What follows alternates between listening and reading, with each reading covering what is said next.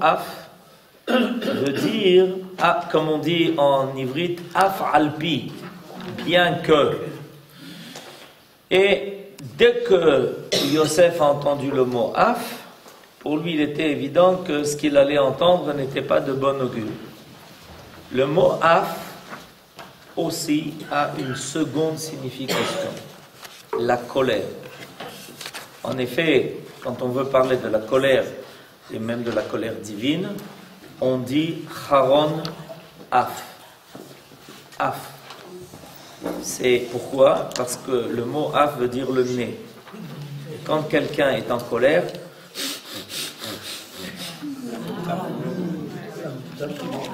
il a la moutarde.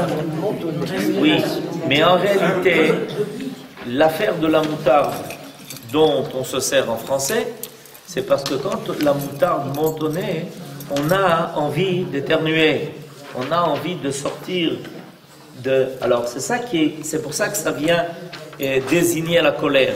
Ça vient désigner la colère parce que quand on est en colère, quelqu'un a une respiration saccadée et ça lui sort par le nez. Donc le mot af veut dire la colère. Celle-ci est sous-jacente dans la phrase prononcée par le maître panetier et encore soulignée du fait de l'emploi du mot chori. En effet, comme je vous ai dit tout à l'heure, la colère se dit chori af, charon af. Par exemple, Yaakov s'est sauvé pour aller à Haran, l'endroit où la colère réside. Oui, avec les gens qui habitent là-bas, c'est pas étonnant. Et là, en fait, on trouve cette expression dans notre verset. Af ani bechalomi veini shlosha saleh chori. Chori. Alors, les deux ensemble, c'est la colère, rappelant le déchaînement de la colère. Comme ma chori aaf.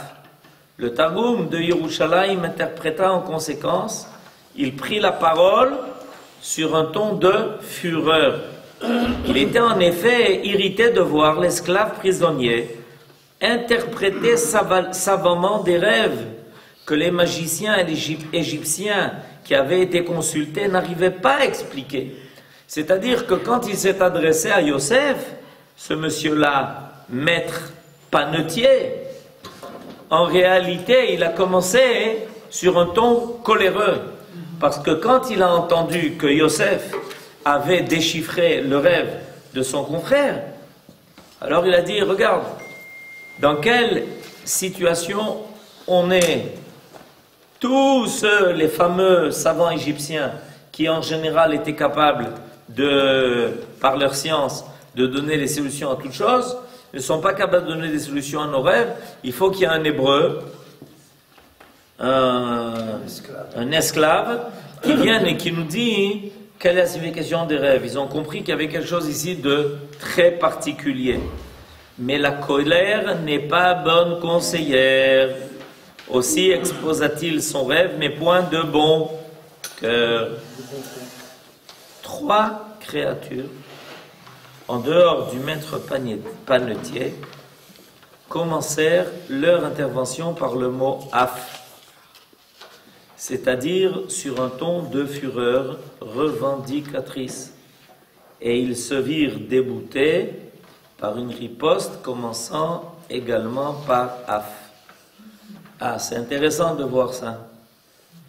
Il y a dans la Bible 3 personnages où on voit que eux aussi, quand ils ont commencé à ouvrir la bouche, ils se sont servis du mot af. Et le premier est le Nachash. Le Nachash, le serpent, quand il s'est adressé à Chava, qui l'a rencontré par hasard en chemin, והנחש היה ערום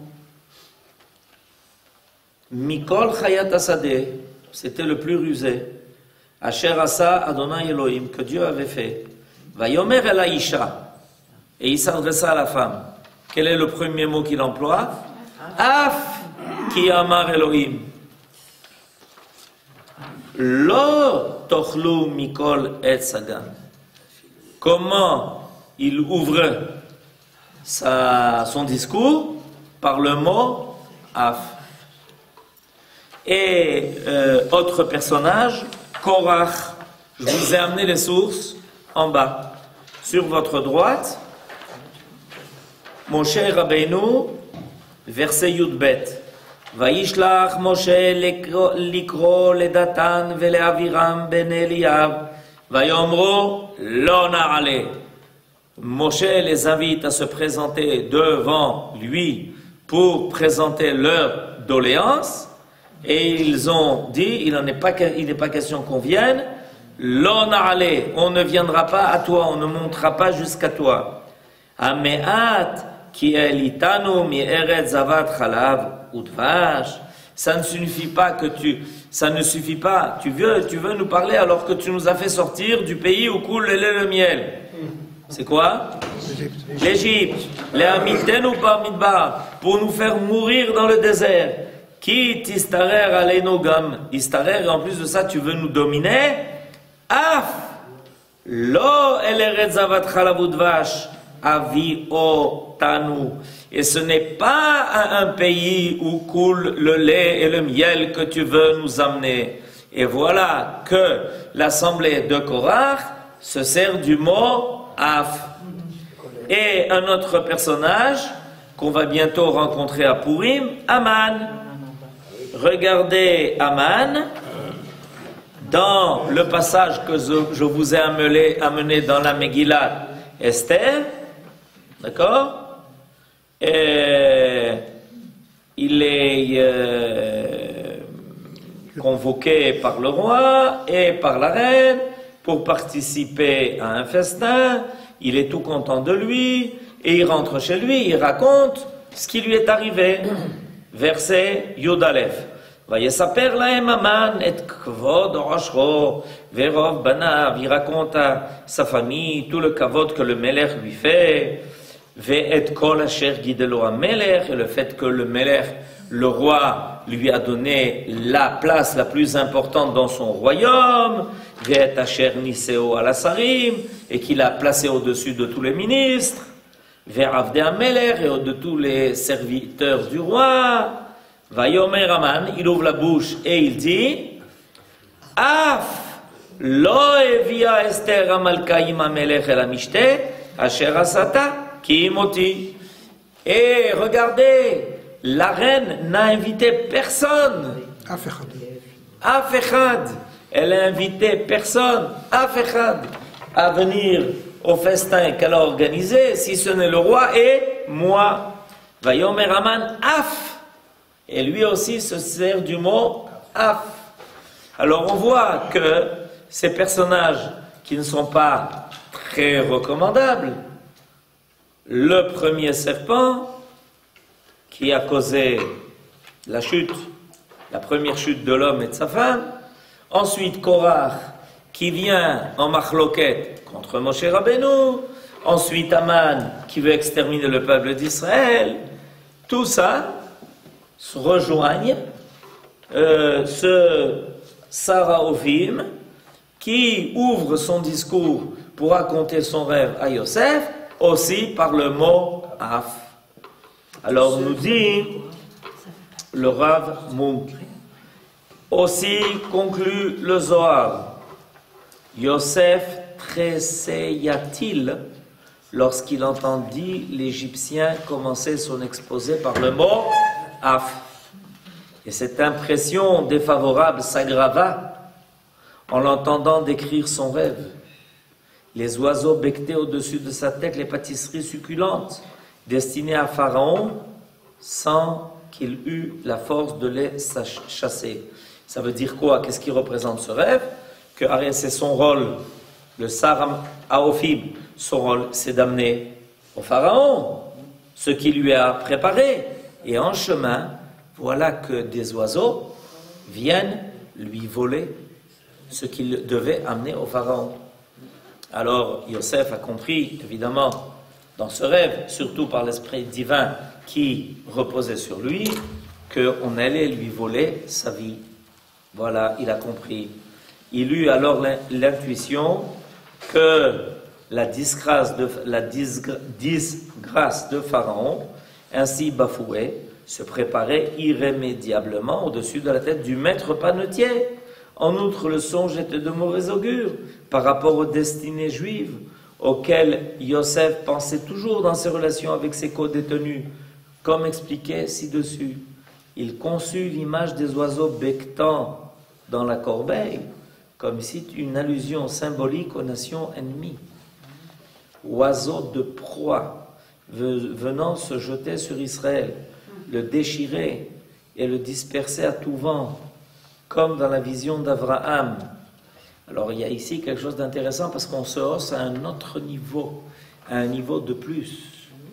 À part le côté local de ces rêves-là, que Yosef explique au Sar Hamashkim et au Sar Haofim, Yosef qui connaît l'éternité des révélations divines, c'est une leçon qui est très importante ici, parce que ces rêves, ils ont été consignés dans la Torah. Et on a le droit de se poser la question, qu'est-ce qu'on a à faire avec nous, ces affaires de rêve du Sar Haofim et du Sar Hamashkim? Que le Sar Hamashkim finalement sort de prison et que le Sar Haofim n'en sorte pas et que finalement il va laisser sa vie, a priori, ça ne nous concerne pas, ça ne nous intéresse pas. Or voilà que la Torah, qui est la science éternelle de l'éternel, tout d'un coup nous raconte en détail ces rêves-là. Et qu'est-ce que Yosef comprend? Qu'il y a eu là une démarche de la providence qui est double.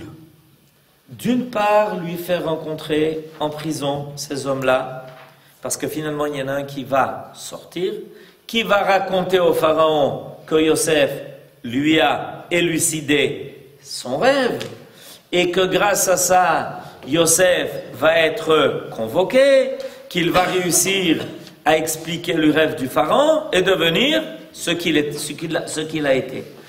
Mais Yosef comprend que si Akadosh Baruch Hu l'a mené à entendre ces rêves-là, c'est que probablement dans ces rêves-là se cache aussi une prophétie à plus long terme. Et qu'il a compris qu'il devait d'essayer de repérer dans les rêves du Sar Hamashkim et du Sar Haofim des prophéties à long terme. Et c'est ce qu'il a compris. Quand il a entendu le Sar Haofim, alors il a compris qu'il y avait peut-être aussi une allusion faite à l'avenir d'Israël, où malheureusement, il y aurait aussi des temps où on viendrait becqueter le peuple d'Israël comme Abraham l'avait déjà reçu en message dans Brit Ben Abetarim. Lorsque tendant de secouer le joug de la loi, il ne défendrait plus la couronne du roi céleste déposée sur son front, et représentée ici par la corbeille du Pharaon. Alors regardez, il y a quelque chose d'intéressant. C'est qu'on peut donc imaginer cette corbeille comme étant quelque chose qui vient faire allusion au Sar Haofim. Mais Yosef peut voir là-dedans quelque chose qui va beaucoup plus loin que ça et qui vient... vous savez que comme dans la Megillat Esther, à chaque fois que le mot Melech est marqué dans Megillat Esther et qu'il n'est pas marqué Achashverosh, ça fait allusion pas seulement à Achashverosh, mais ça fait allusion à Akadosh Baruch Hu qui est Melech Haolam. Quand on fait une bracha, on rappelle toujours Baruch Ata Hashem Elokeinu Melech Haolam, le roi du monde. Et là, on peut comprendre pareil que Yosef, qui lui aussi comprend que viendra un temps où il aura aussi un rôle à jouer dans la délivrance d'Israël à la fin des temps, où il faudra déchiffrer les desseins de la providence divine qui viendront délivrer Israël. La sortie de Yosef de prison et du puits dans lequel il a jeté et vient faire référence à la sortie du puits de l'exil dont Israël sortira par la force de Yosef, qui est Yosef Hatzadik. Et donc Yosef comprend que tout ce qui accompagne maintenant sa sortie de cette prison-là, du puits dans lequel il a été jeté, ce sont des éléments qui reviendront dans le futur, au moment de la sortie d'Israël du puits de l'exil. Et c'est pour ça qu'on peut trouver une double signification à tout ce qui nous est raconté ici. Une première signification, c'est la signification immédiate, présente, locale, où Yosef est en train d'expliquer les rêves du Sar HaMashkim et du Sar HaOfim. Mais Yosef a conscience qu'il y a aussi dans cette révélation divine quelque chose de beaucoup plus lointain que ça.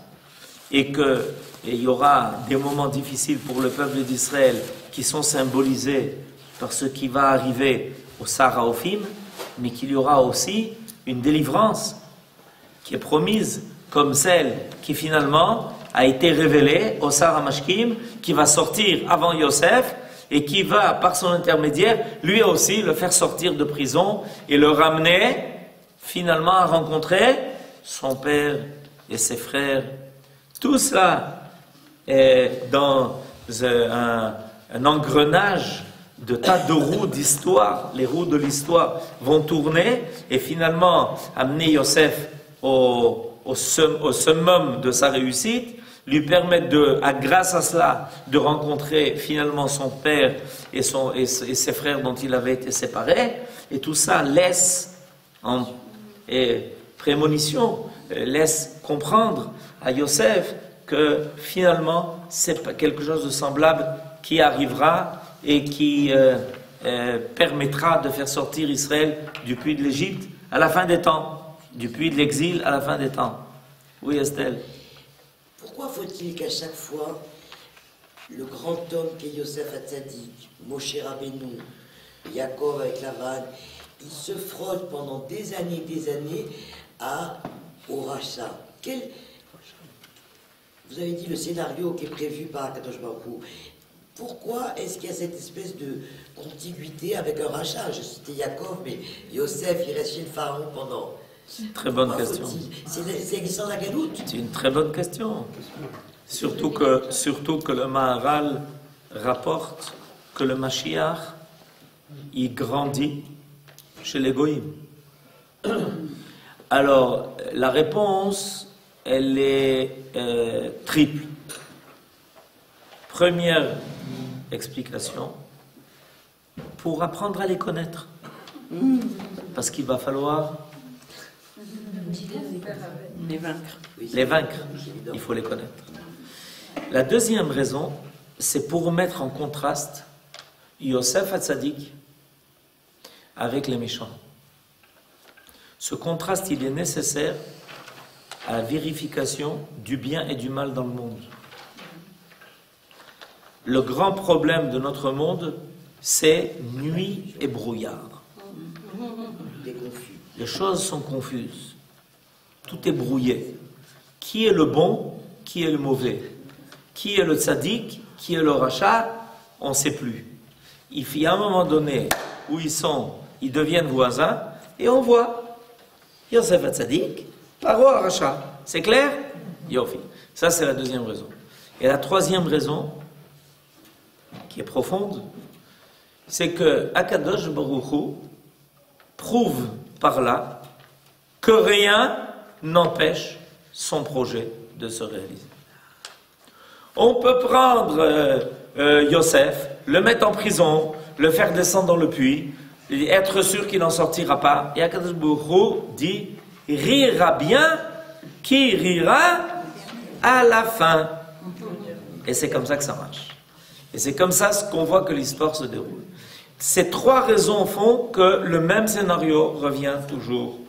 Yaakov a appris à connaître Lavan, il sait très bien qui est Monsieur Leblanc, et il connaît toutes ses ruses et toutes ses fourberies. Et en même temps, quand on voit Yaakov chez Lavan, on sait qui est le tzaddik et qui est le rachat. Et Lavan est sûr qu'il est plus fort que Akadosh Baruch Hu, parce que Lavan connaît Akadosh Baruch Hu. La meilleure preuve, c'est que Dieu se révèle à lui.